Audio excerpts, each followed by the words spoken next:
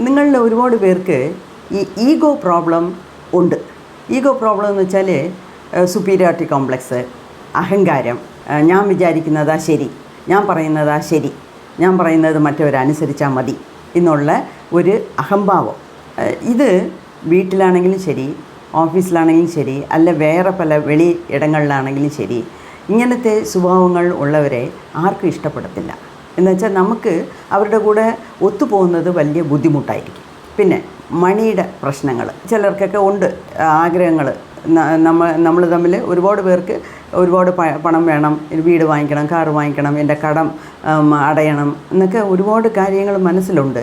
പക്ഷേ അവർക്ക് അതൊന്നും മാനിഫെസ്റ്റ് ചെയ്യാനുള്ള ശക്തി കിട്ടുന്നില്ല.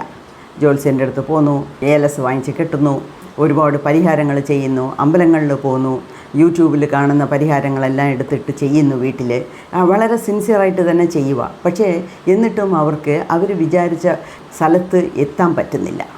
അപ്പോൾ ഈ 2 കാര്യങ്ങൾക്ക്, അതായത് അവർക്ക് മണിപൂരക ചക്ര ശരിയായിട്ട് പ്രവർത്തിക്കുന്നില്ല എന്നർത്ഥം.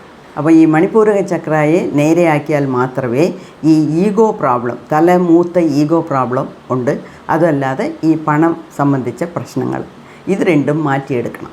അപ്പം ഞാൻ താഴെ എൻ്റെ മണിപൂരക ചക്രയുടെ വീഡിയോയുടെ ലിങ്ക് തന്നിട്ടുണ്ട്. ആ ലിങ്ക് ക്ലിക്ക് ചെയ്ത് ആ വീഡിയോയിനെ പല പ്രാവശ്യം കേൾക്കുക. അല്ലെങ്കിൽ നമ്മുടെ കൈലാഷ് ചാനൽ മലയാളത്തിൽ പോയാൽ 8 വീഡിയോസ് ഉണ്ട്, പ്രാണിക് ബോഡി ആൻഡ് 7 ചക്രാസ് എന്ന് 8 വീഡിയോസ് ഉണ്ട്. അതെല്ലാം കേട്ട് റെഡിയാക്കി വെച്ചിരിക്കുക.